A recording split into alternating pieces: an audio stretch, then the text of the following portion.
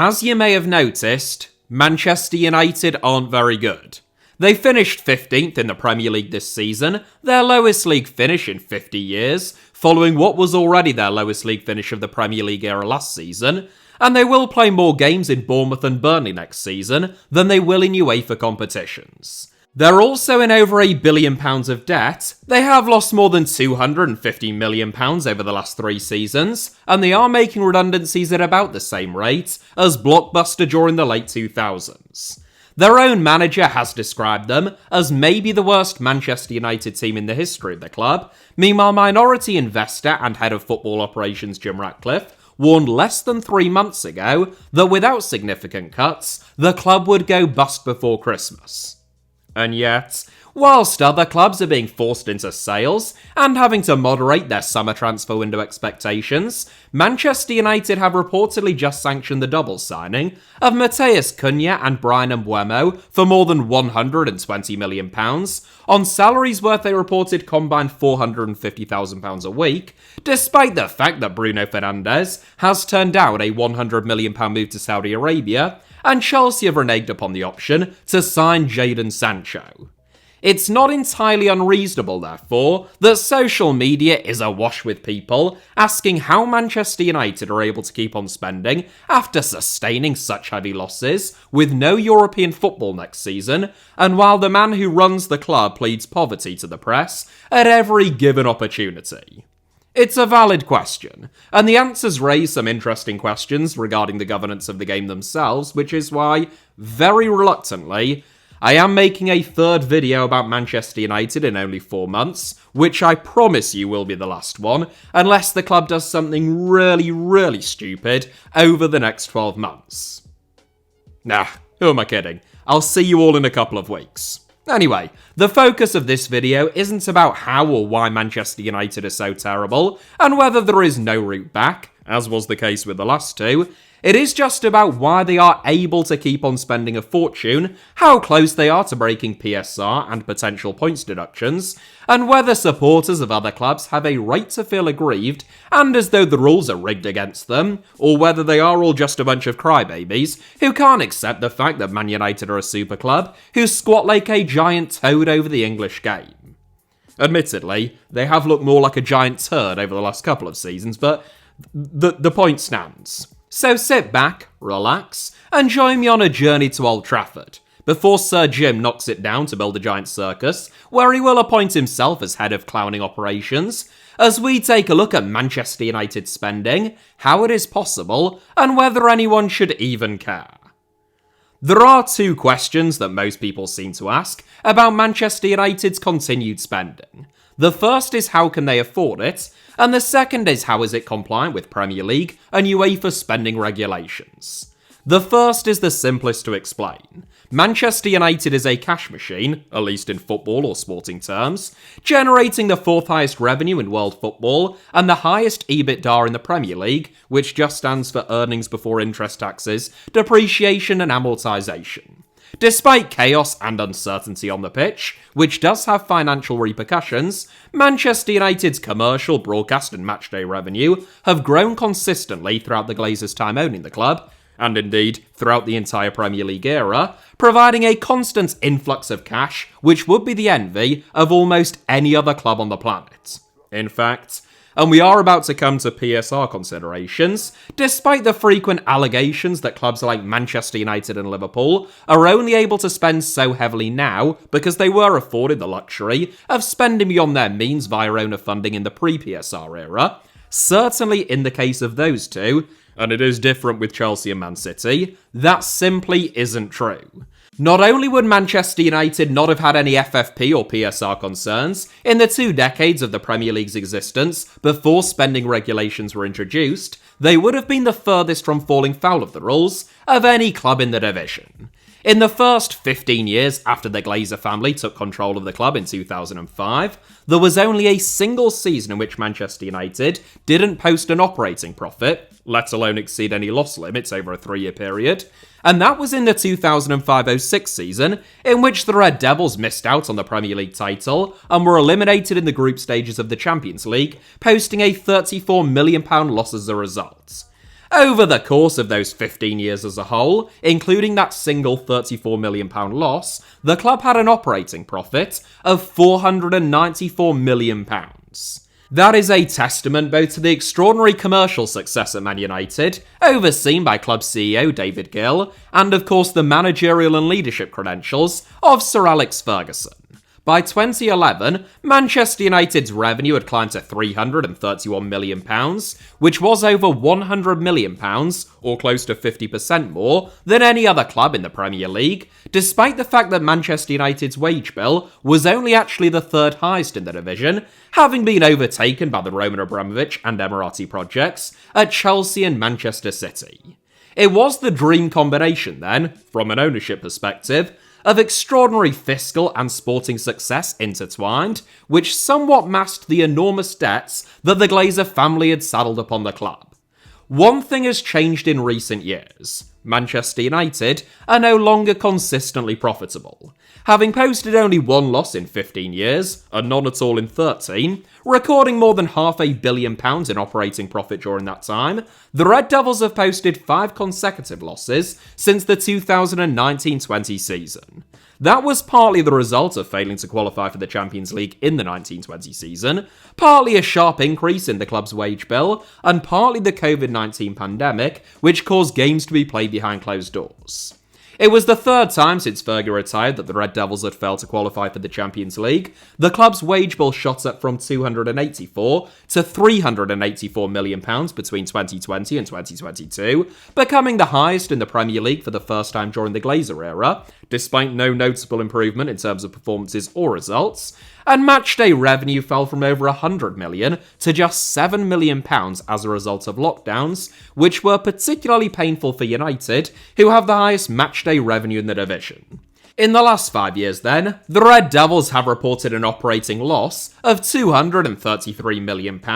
and total losses, before tax, of £358 million. Unsurprisingly, that has heavily depleted the club's cash balance. From an all-time high of more than £300 million of cash at hand, following 13 successive seasons of profit in 2019, that figure stood at just £74 million in the club's most recent set of fully published accounts. Nonetheless, that is still the second highest cash balance among Premier League clubs, ahead of Arsenal or Man City, and only narrowly trailing the league leaders on that front, Tottenham, who had £79 million in the bank in their last set of accounts. Furthermore, on top of still having the highest cash flow and the second highest revenue in the Premier League, trailing only their City rivals, Jim Ratcliffe has also injected $300 million of share capital since acquiring a minority stake in the Red Devils, which was a condition of his £1.2 billion investment, in return for a 27.7% stake in the club. This is the first time during the Premier League era that Man United have received any kind of significant owner funding, having received just £28 million in owner funding from either the Glazers or any other shareholders in the 20 years before Ratcliffe arrived. Meanwhile, the Glazers had actually taken out nearly £200 million over the last 10 years alone in the form of owner loans plus dividends, not even accounting for the interest and debt repayments loaded on the club as a result of their leverage takeover, which would put the total cost of the Glazers' ownership of Man United at well over £1 billion. Between their sky-high revenue, impressive cash flow, and newfound owner funding though, Manchester United have the cash at hand to fund the recruitment of the likes of Matheus, Cunha and Bryan and Mbeumo, and pay them more than competitive salaries, even if they don't have enormous cash reserves, as they did 5 or more years ago.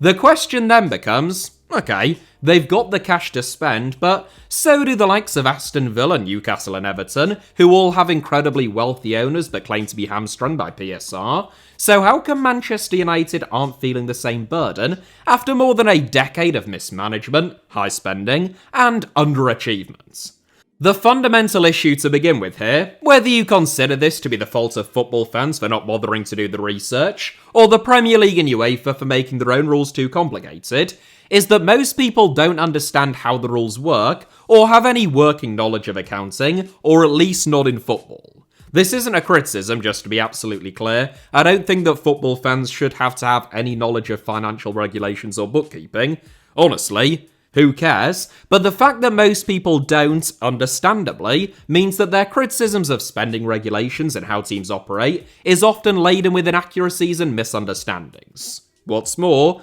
people have an inherent sense of unfairness and a suspicion of the power brokers within the game, which they are right to, but by virtue of having an incomplete picture of how the rules work, who determines them, and how they came into being, their criticisms often fall wide of the mark and can at times descend into a sort of paranoid schizophrenic conspiracism. Incidentally, I think that this is basically the case with almost all of the problems in the world, whereby people have a righteous anger and an appropriate level of distrust in authorities, but that anger and distrust is often channeled towards the wrong targets through a lack of deeper understanding of the issues, but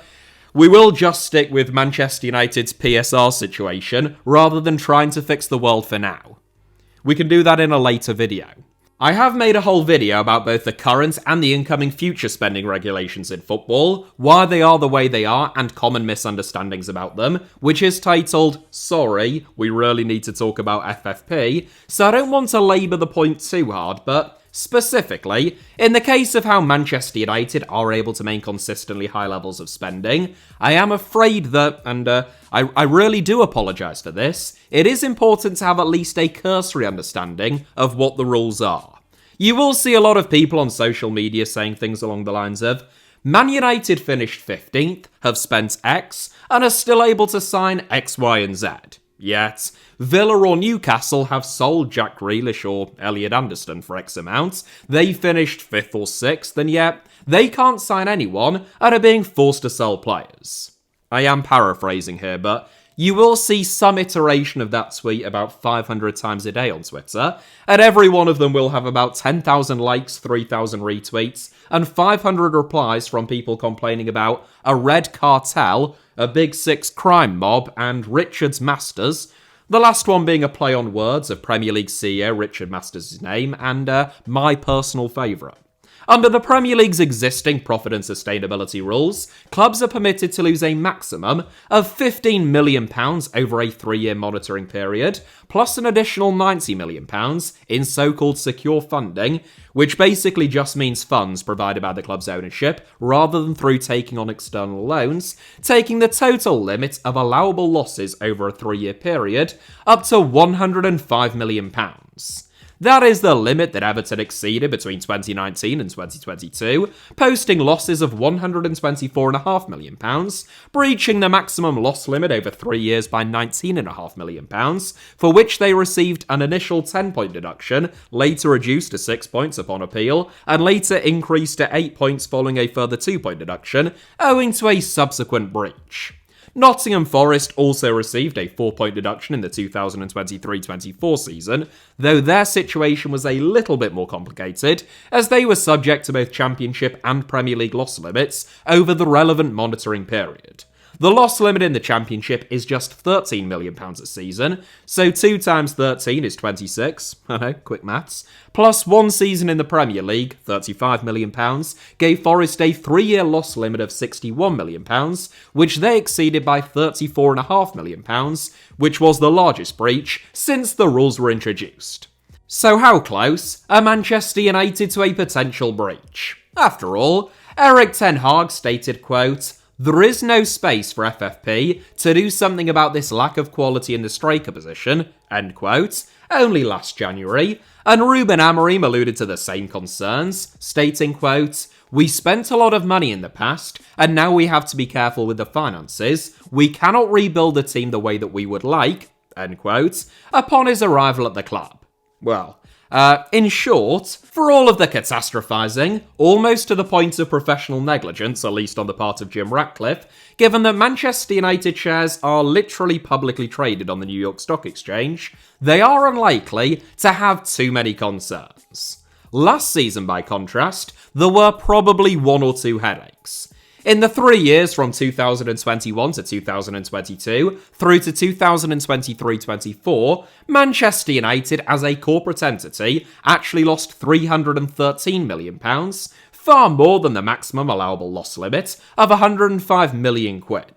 You will often see this figure being cited, typically by Newcastle, Villa or Forest fans, solely because they are the clubs challenging the Big Six at this moment in time. No doubt it would be Leeds, Leicester and Torquay fans if they were the clubs challenging right now, as evidence that Manchester United did in fact breach PSR loss limits, but were somehow spared any punishment because the Premier League is corrupt, the Red Cartel, or, just because they're Man United. In reality, what that overlooks firstly is the fact that Manchester United plc, who posted that £313 million loss, isn't even the corporate entity that is monitored by the Premier League for PSR purposes. That is a separate company. And secondly, the Premier League's loss limits allow for deductions for so-called healthy expenditure, which includes things like infrastructure spending, youth development, investments in women's football, and charitable donations. Thankfully, Sir Jim has taken a sledgehammer to the scourge of charity, which is of absolutely no use to the Red Devils from a PSR perspective, but personally, I just think that it is great to see a man worth about £20 million slashing charitable donations. It is just worth noting that these rules and allowable deductions apply to all clubs. It is sometimes presented as though Man United and Chelsea are allowed a load of bogus deductions and loopholes when no one else is, but in reality, even if you take the case of clubs who have fallen foul of the Premier League's PSR limits, they had considerable allowable deductions. Everton, for example, had close to £70 million worth of so-called healthy expenditure, which meant they breached the league's loss limits by 19.5 as opposed to nearly £90 million. Meanwhile, Forest's investment in their academy was much more modest, and infrastructure spending practically non-existent, but even they were still estimated to have had over £20 million in allowable deductions. Manchester United's investment in things like youth development and infrastructure, unsurprisingly, is much larger than either Everton or Forest's. The Red Devils Academy, for example, has an estimated annual budget of close to £20 million, meanwhile their £131 million loss last season, which was the second highest in the history of the club, was caused, in large part, by the costs incurred in the Glazers selling more than a quarter of the club to Jim Ratcliffe. All of those share sale costs, believed to total around £35 million,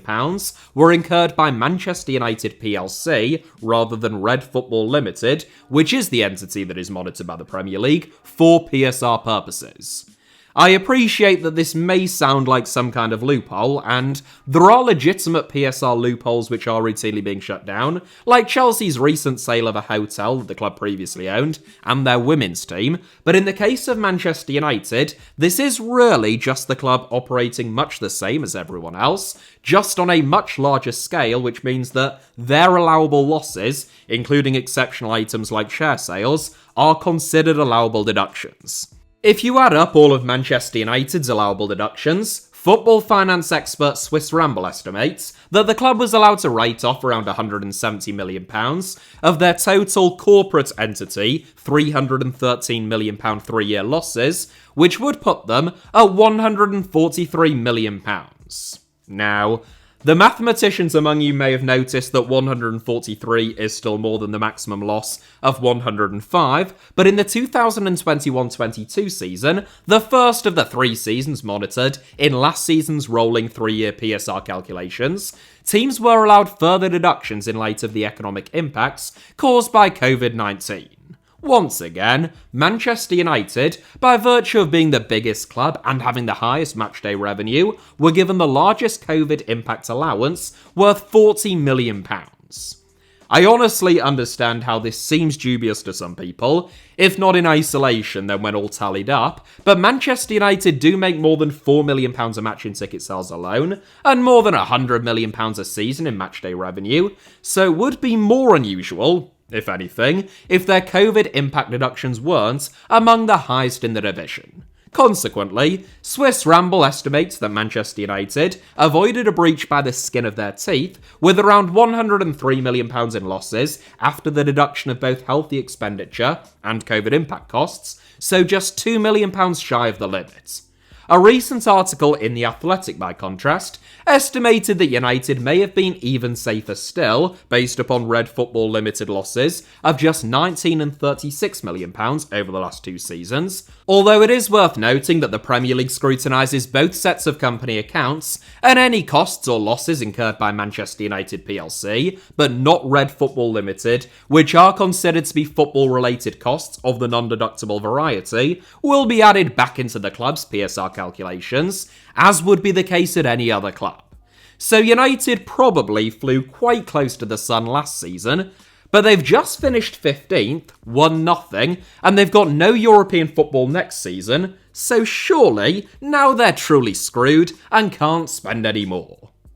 Not quite. The reason that last season's PSR calculations may have been a tricky one for Man United was, primarily, because they suffered their highest ever pre-tax loss in the 2021-22 season of £150 million. Within the confines of a £105 million 3-year rolling loss limit, that is pretty substantial. In fact, it wasn't just Manchester United's highest loss of all time, it was the third highest in the history of the Premier League, trailing only Manchester City in the 2010-11 season, who lost £197 million the year before FFP was introduced, and Chelsea in 2020-21, also during COVID, who lost £156 million. In the 2022-23 season, Man United only lost £33 million, and in 2023-24, though they lost £131 million, the corporate entity that is, £48 million of that was in exceptional charges related to Jim Ratcliffe's investment in the club, which are almost certain to have been both deductible and one-off events. Next season, of course, the much more considerable loss incurred in 2021-22 will drop out of Manchester United's rolling 3-year PSR evaluation, giving them more wriggle room this summer, rather than less, despite having had such a dreadful season. A recent article in The Athletic estimated that Manchester United may even have the 5th most room to manoeuvre of any team in the Premier League at £141 million, though, as far as I can tell, that might be a little bit generous, as I suspect that they have allowed for rather more deductions than the Premier League will. What's more, though United's massive £150 million loss in the 2021-22 season will drop out of their PSR calculations next season, so too will their record-breaking £40 million COVID-19 impact cost. Nonetheless, after allowable deductions, United probably lost something like £35 million net over the last 2 seasons, which means they would be allowed to lose around £70 million this season, or closer to £120 million, including the roughly £50 million in losses incurred due to healthy expenditure. Congratulations if you're still awake at this point, but that is a pretty comprehensive, if rather dry explanation of why Manchester United are extremely unlikely to have any PSR concerns this season, unless they go absolutely insane in the transfer market, or accidentally burn down Old Trafford and don't have any insurance. Come to think of it, that would count as an allowable loss, so they would still be alright. Whilst Premier League clubs have voted in favour of retaining the same profit and sustainability rules next season, they were shadowed for the first time this season, as part of a trial, by what are called squad cost controls, or SCC. Squad cost controls, which are already the preferred method of spending regulations in both La Liga and UEFA competitions, simplify things somewhat. Instead of having a list of healthy versus, unhealthy expenditure, I guess, which combine to formulate an overall unhealthy loss, squad cost controls only measure player wages, transfer fees and agents fees, implementing a hard limit on the percentage of a club's revenue that they are allowed to spend on these 3 things, considered to be their fundamental first-team operations. The reason squad cost controls have been soft-launched alongside PSR is to give teams time to adapt to the new rules before they replace PSR full-time. Where some clubs may struggle to adapt to the new rules, they are actually more favourable to Manchester United than PSR as it currently exists. That is because, despite having the 3rd highest wage bill in the Premier League, the Red Devils have among the lowest wage to turnover percentages in the entire division. United spent 55% of their turnover on wages last season, the 5th lowest percentage in the Premier League, trailing only North London rivals Tottenham and Arsenal, and relegated duo Luton and Sheffield United.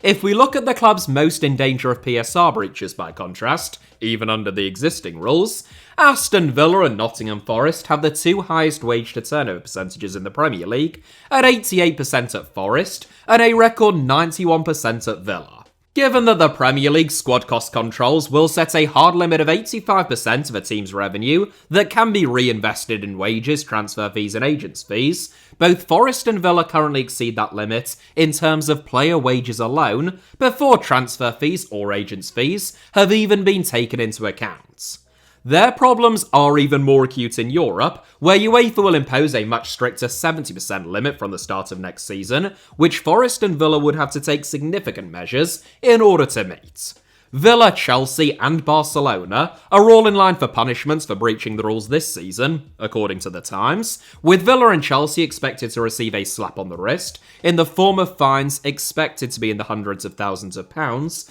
but Barcelona facing more severe sanctions, potentially up to and including a points deduction in the Champions League group stage, by virtue of this being the second season in which they have broken spending limits. Villa in particular will be keeping a sharp eye on what happens to Barca as, in all probability, that is what will happen to them for a highly likely second successive breach next season. Manchester United, of course, aren't even in a UEFA competition next season. Whoops. So the 70% cap won't yet apply to them, but even if it did, they would have few concerns. Swiss Ramble estimated that United's SCC ratio or percentage was just 62% in the 2023-24 season, which would make it not only well clear of the 70% UEFA threshold, but actually the lowest percentage of any Premier League team competing in a UEFA competition, though only because Tottenham weren't in a UEFA competition in the 2023-24 season. If they had been,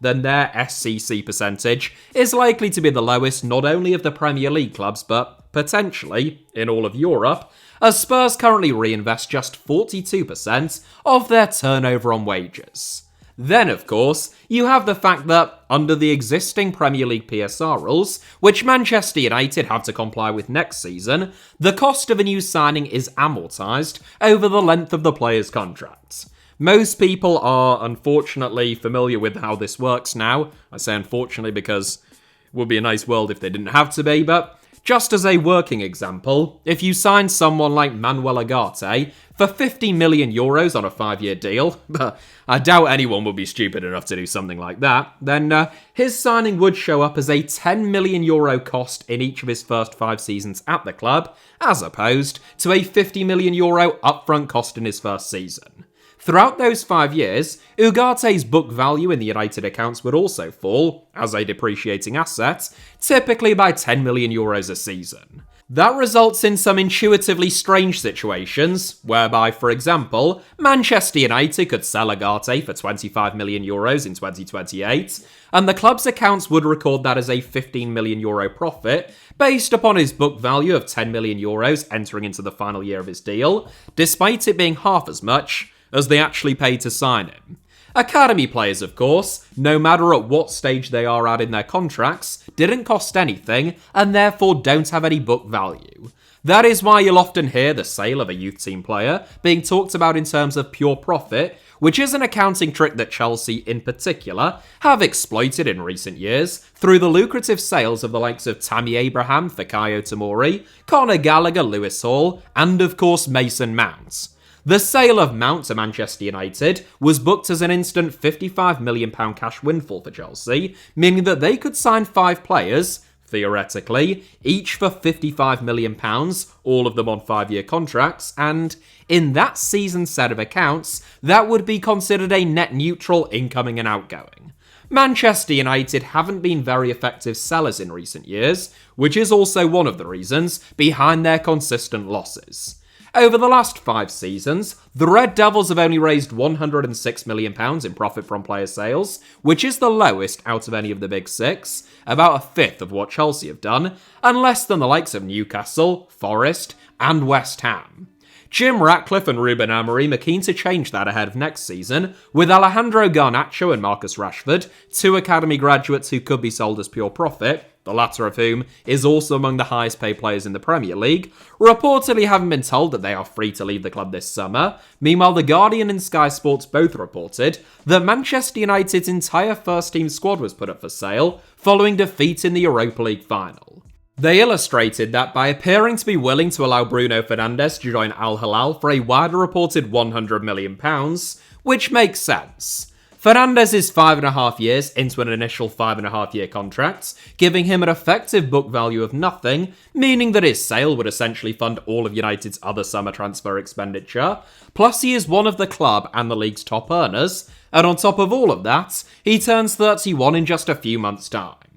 He is also by far the best player at Manchester United, whether that be in terms of goals, assists, free kicks, penalties, progressive passes, chances created, touches in the final third, progressive distance covered, and, just generally at playing football. There is a theory, articulated even by Manchester United legends like Paul Scholes, that for all of his talent, perhaps Manchester United would be a better team without Fernandes. The logic in that being that United's play and attacks are currently so centralised around Fernandes, to the detriment of the rest of the team, whilst he offers little in the way of defensive discipline or industry, meaning that he has to operate in an advanced free role, as opposed to in central midfield.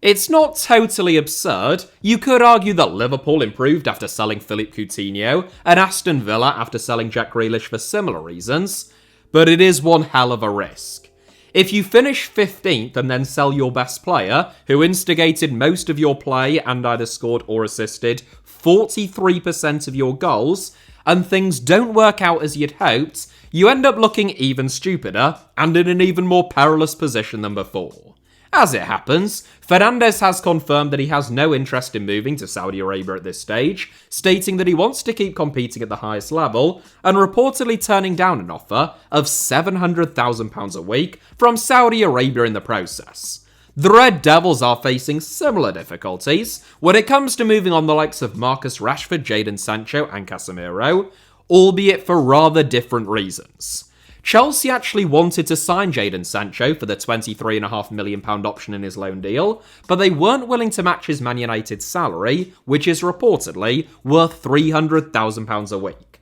Since Sancho is in no rush to take a pay cut, now entering into the final year of his deal, Chelsea will instead pay a €5 million exit clause for not making his loan deal a permanent one. I have seen this being reported as a big win for Man United, but in reality, it seems as though Chelsea didn't pay an upfront loan fee for Sancho, and the £5 million would, in effect, just have been deducted from the £23.5 million option to sign him. In not making the deal a permanent one then, Chelsea are effectively just paying a backdated £5 million loan fee, which, given that Manchester United were still paying half of Sancho's salary this season, while he won the Conference League and qualified for the Champions League at Stamford Bridge, it is hard to view the deal as a huge W for United by any measure. The likelihood of anyone else stumping up Sancho's wages this summer is close to zero, unless the Saudis launch a surprise bid for him instead, and even then it seems doubtful that the 25-year-old would necessarily be keen on leaving Europe just yet. United, therefore, are likely stuck with Sancho, who cost them £73 million,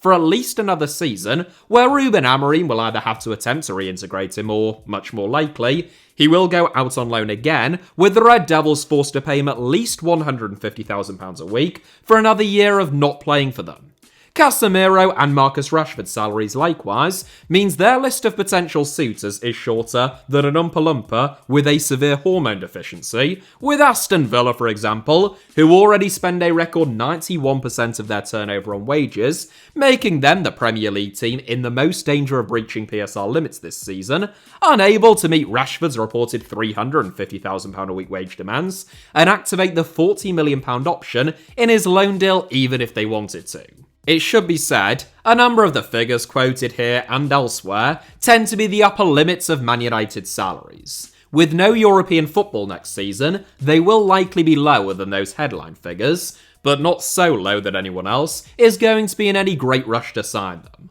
Under normal circumstances, Rashford would be a very saleable asset, with PSG reportedly having flirted with making a £75 million bid last season, but given his wage demands, PSG are one of only about 8 teams in Europe who could actually afford Rashford, and based upon this season, you would suggest that they no longer need him. This is a problem that Premier League teams are increasingly finding when they want to offload their players. The league's financial dominance has become so extreme that only a handful of clubs across the continent, and a further handful in Saudi Arabia, can actually afford to sign their highest paid players. Traditionally, clubs were reluctant to sell players to domestic rivals, keen to avoid both strengthening their divisional competitors and being made to look foolish if they perform brilliantly for their new teams, like Cole Palmer at Chelsea, but in many cases, they are no longer afforded the luxury of being able to pick and choose where their players go. So even Alejandro Garnacho, for example, whose salary demands are less onerous than the other players that Manchester United are looking to offload, has reportedly attracted the interest of Bayer Leverkusen, Napoli, Aston Villa and Chelsea. Leverkusen may have won last season's Bundesliga title and Napoli this season's Scudetto, but in economic terms, Villa pay far higher wages than either of them, and I mean close to double in Leverkusen's case and literally over double in Napoli's. Meanwhile, Chelsea operate on a different planet entirely. Economically, therefore, for both Man United and Garnacho himself, if all four were interested, the financial incentives at least would push them towards an inter-Premier League move. It is just worth comparing Manchester United and Aston Villa's predicaments in terms of PSR, since I see so many people saying that they can't understand how Villa are close to breaking the rules, and United aren't. As we've already established, United spend just 55% of their turnover on wages, the fifth least in the Premier League, whilst Villa spend 91% of theirs, which is the most in the division. Villa's revenue, at €310 million, climbed to the 18th highest in world football in the 2025 Deloitte Football Money League, but it is still only 40%, so considerably less than half, of Manchester United's. With a set of spending and loss regulations which are tied to income, therefore, which were voted for and approved by a two-thirds supermajority of Premier League clubs, Manchester United are able to spend a lot more money than Aston Villa. Despite having over twice the budget, Manchester United have spent their money incredibly poorly in recent years, whilst Villa have spent theirs much more wisely, which is why they have finished 4th and 6th in the last 2 seasons, whereas United have finished 8th and 15th. It is true that PSR benefits the biggest clubs with the most revenue and makes it more difficult for challenger or disruptor clubs to compete with them long term. However, the idea that this was some sort of conspiracy unwillingly imposed upon everyone outside of the Big Six is a complete fiction. The Premier League functions as a member democracy, whereby the league's 20 clubs are its 20 shareholders, and rule changes have to receive a two-thirds supermajority in order to be enacted. The Big Six have attempted power grabs in the past, don't get me wrong, like Project Big Picture and slightly separately the Super League, but neither of them, as of yet, have actually been enacted. There is a certain amount of irony in Newcastle United being among the biggest critics of PSR when they both voted in favour of it, and without them, that vote never would have attained a two-thirds majority or have been enacted, and their owners, and we are talking about quite literally the very same people, institutions and nation-states, actively helping their Premier League rivals avoid PSR issues, whether that be through the Saudi signing of Moussa Diaby and John Duran for big fees from Aston Villa, paying Man City a fortune for Riyad Mahrez, Joao Cancelo and Aymeric Laporte, handing Chelsea and Liverpool get-out-of-jail-free cards with the likes of Kalidou Koulibaly and Fabinho, or trying to sign Bruno Fernandes for £100 million. If a two-thirds majority of Premier League clubs, operationally, that is 13 out of the 20, wanted to alter or get rid of PSR so that it was less beneficial for the so-called super clubs, they could.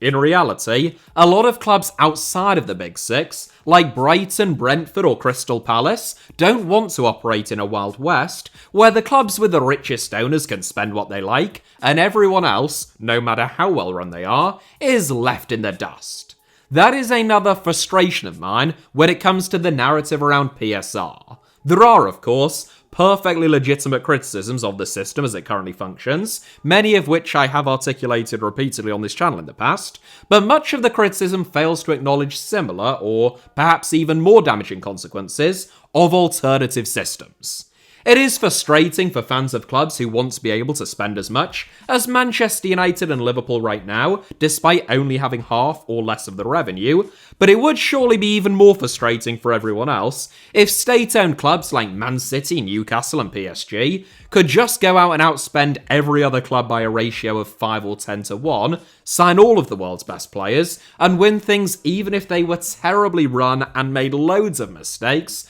so extreme were the disparities in terms of spending. As a result, and as a way of addressing the concerns of 3 or 4 different brackets of clubs if you like, namely the Big Six, although Man City often don't vote within this block, the aspirational but also very wealthy clubs like Newcastle, Forest and Villa, the aspirational but not as enormously wealthy or less keen to lose enormous sums clubs like Brighton, Brentford and Palace, and then the promoted teams who have a different set of interests to everyone else, the likely new PSR rules will not only see the £105 million 3-year limit replaced by squad cost controls, but also a new system known as anchoring. Anchoring, as the name suggests, will anchor the spending of the biggest clubs with the richest owners, tied to a multiple of the lowest earning club's revenue, most likely a 5 times multiple. So, for example, Luton Town had the lowest revenue in the Premier League last season at £132 million,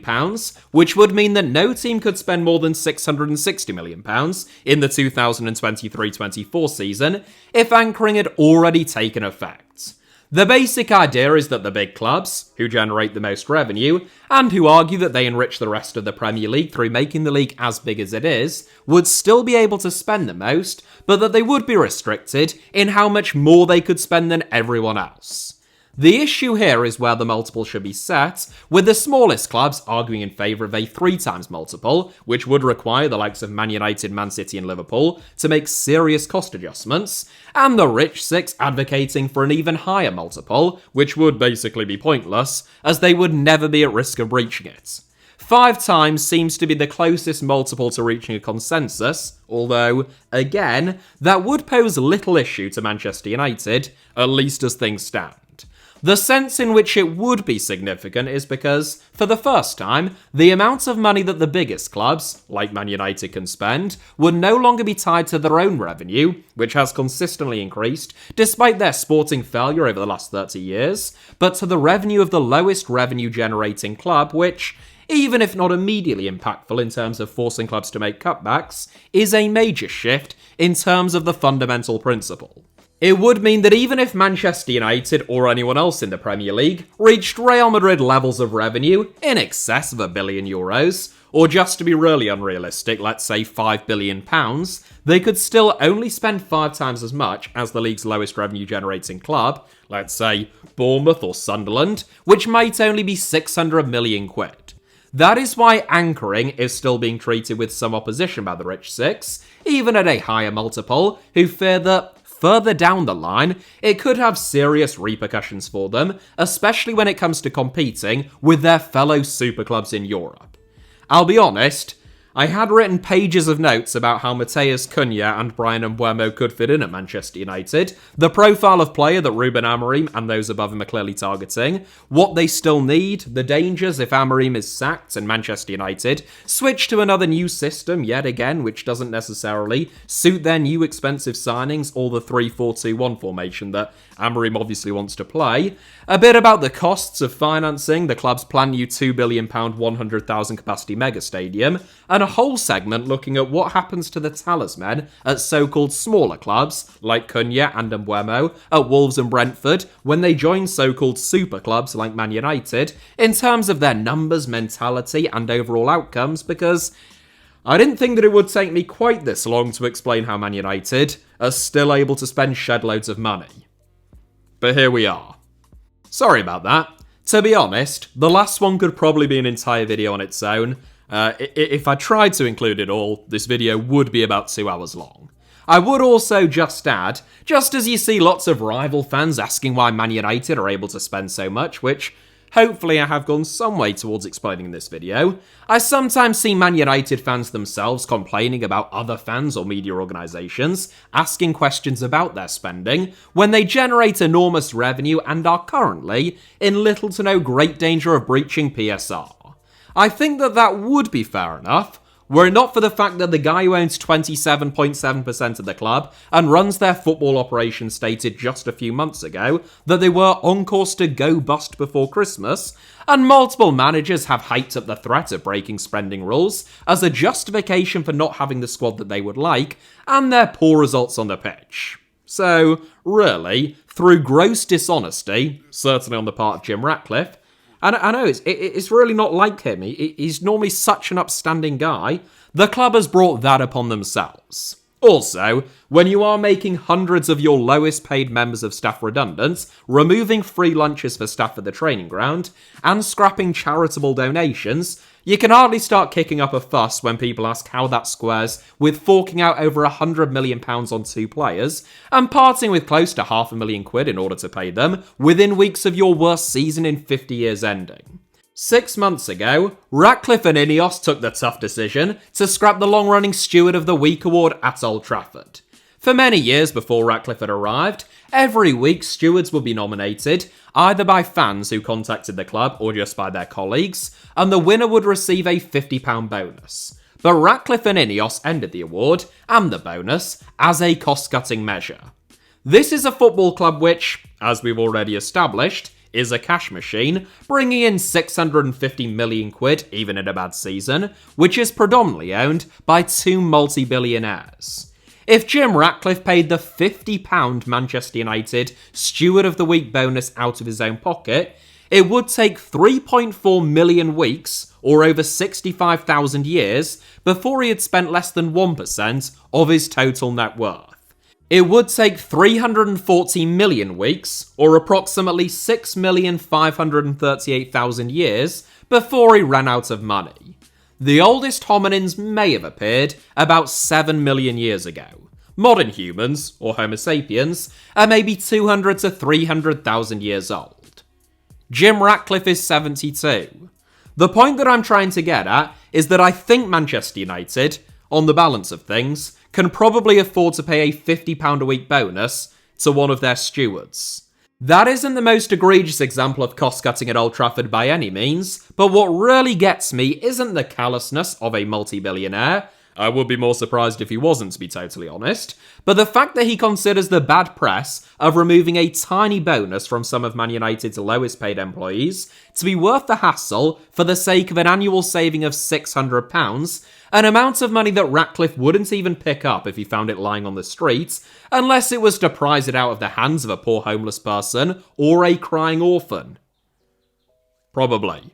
Anyway, sorry that I didn't cover everything. Hopefully what I did cover was at least informative. And you now know both how Manchester United are able to spend shed loads of cash despite being absolutely rubbish at football, and when scientists estimate that the earliest hominins or homini appeared. That's got to be worth a like. Thank you all as ever for watching. As I say, hit the like button if you did enjoy literally any part of the video. Even if you hated, the vast majority, if you just found a tiny bit good, hit the like button. Let me know your thoughts down below in the comments, and of course make sure that you are subscribed and have notifications turned on both for this channel, HITC Sevens, and also my second channel, Alfie Potsama. Lots of people arguing over which one's better. The only way to know really is to watch all of the videos on both of them and then, come to your own decision. Both of those channels should be about to appear on your screens now, along with a couple of videos that you might enjoy watching after this, one from each of them. You can also now support me additionally, either on that channel via memberships or via buymeacoffee.com/Alfie Potsama, should you wish to do so. But more important than any of that, I hope that you all have a fantastic day. I'll see you next time. Cheers.